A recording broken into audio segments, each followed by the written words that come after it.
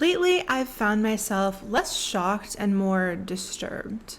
Because it's one thing to hear fascist ideas on Fox News, but when you start hearing those same ideas quoted casually by young people on shows like Jubilee, wrapped in Bible verses, you realize something deeper is going on here. How did religion and authoritarianism become so intertwined that being a good Christian now seems to mean submit without question, obey without reason, and hate whoever you're told?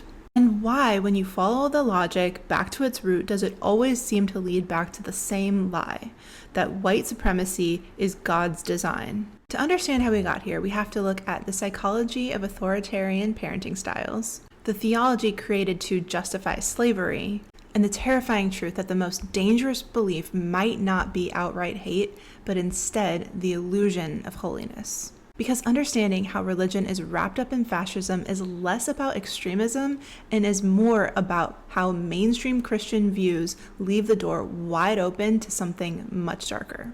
Welcome back to the channel, and I just want to say before we get started that I'm so excited to welcome all the new subscribers who have joined the channel recently. I'm so happy to see you here, and I can't wait to go on this journey with you. All right, let's get into it. On the surface, it might seem totally senseless that religion and fascism could have anything in common. But as we start to dig a little bit beneath the surface, it starts to make sense pretty quickly. See, fascism thrives on three core qualities: order, obedience, and a sacred mission. For the fascist, there's no room for ambiguity or pluralism. There's one truth, one authority, and one right way to live. And in many corners of Christianity, especially in conservative evangelical spaces, this is already how the world is framed. Not as a place of moral nuance, but of black and white certainty. Not as a community of individuals, but as a hierarchy of submission. Men over women, parents over children, pastors over congregants, and Christians over everyone else. So when someone like Connor, who went viral on Jubilee last week for spouting hate speech masquerading as some form of Catholicism, blends his religion with fascism, he's not inventing anything new.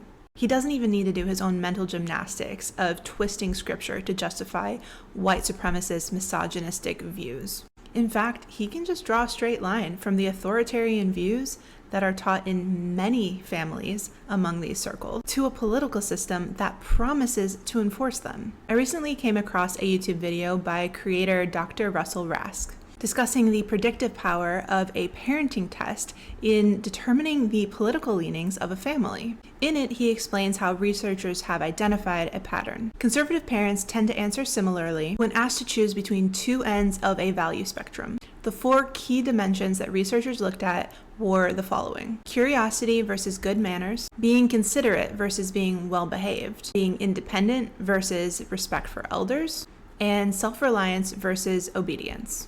What they've found is striking. The values that lead to authoritarian parenting styles tend to correspond with folks who are themselves conservative politically. Parents who value conformity over curiosity tend to raise children who value authoritarian style leadership. And it certainly helps to explain the appeal of someone like Donald Trump, who speaks in absolutes, who demands loyalty, who enforces a strict social order. But that's not really the part that shocked me the most. What stood out to me the most in learning about these things was recognizing not that these values correspond with right-wing ideology, but that they correspond heavily with conservative evangelical Christian values.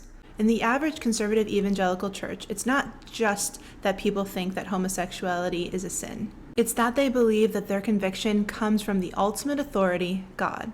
And because of that, they don't just think it's their moral view. They believe it should be everyone's law. The core belief here is that your interpretation of Scripture is the right one. Therefore, it's God's ultimate truth. Therefore, because that opinion is better and more important than anyone else's opinion, it should be forced through political means onto everyone, whether they believe in God or not. It's this core perspective that has been the fuel to the culture wars of the last several decades in the US, one that's driven deep wedges in communities, families, and generations. And at the heart of it, a theology that doesn't just encourage, but demands obedience and submission, over a personal relationship with God and a personal journey of salvation. If a policy hurts people, so be it. If someone's life is made smaller or harder, that's just the cost of truth.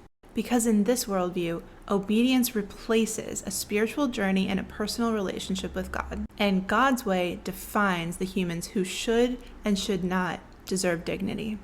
After all, facts don't care about your feelings, do they? The conservative evangelical worldview hinges on the idea that God has ordained a specific social order.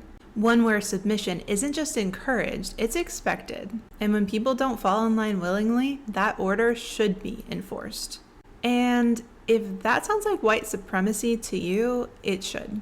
Because the roots of this theology trace directly back to the defense over slavery in at least 18th century America. I've been reading the book The Color of Compromise by Jemar Tisby. This book lays out in sobering detail the direct role that Christians have played throughout American history, including supporting and defending slavery, then supporting and defending Jim Crow laws, then segregation, and then modern forms of racism, sexism, and other forms of bigotry. Conservative Christianity in America was not born in a vacuum.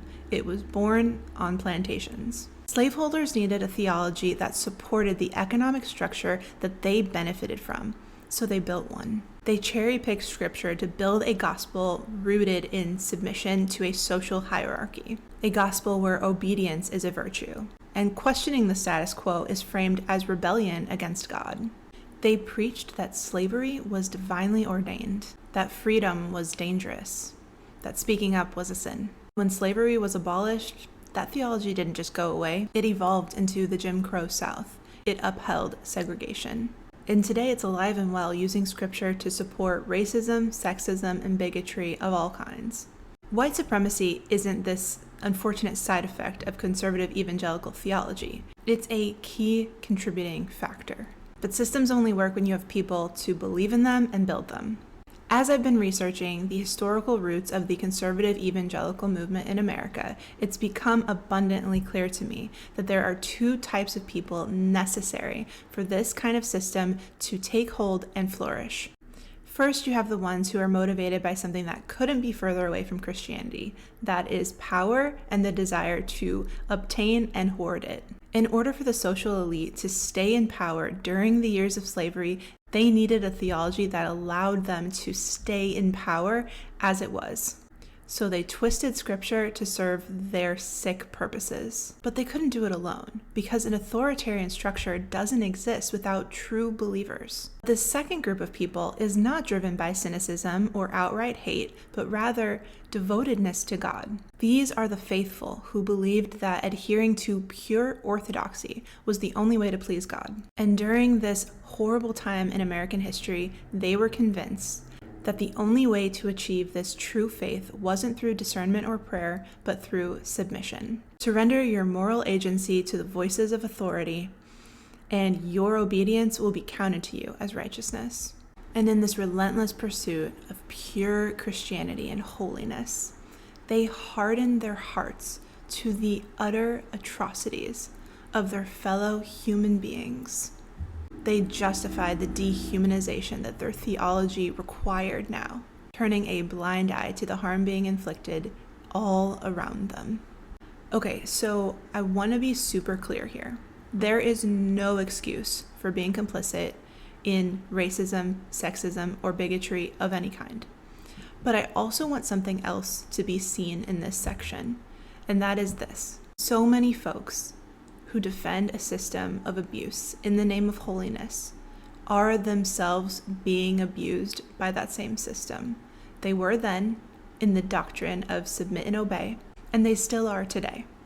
They've been spiritually brainwashed and manipulated, like followers in a cult, to believe that in order to uphold a true faith, to be true Christians, means hating groups of people instead of loving them.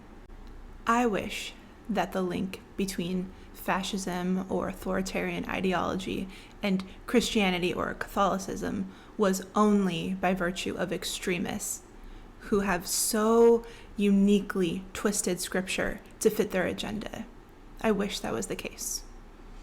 Unfortunately, the seeds of authoritarian rule and fascist ideology is present in your average conservative evangelical belief system.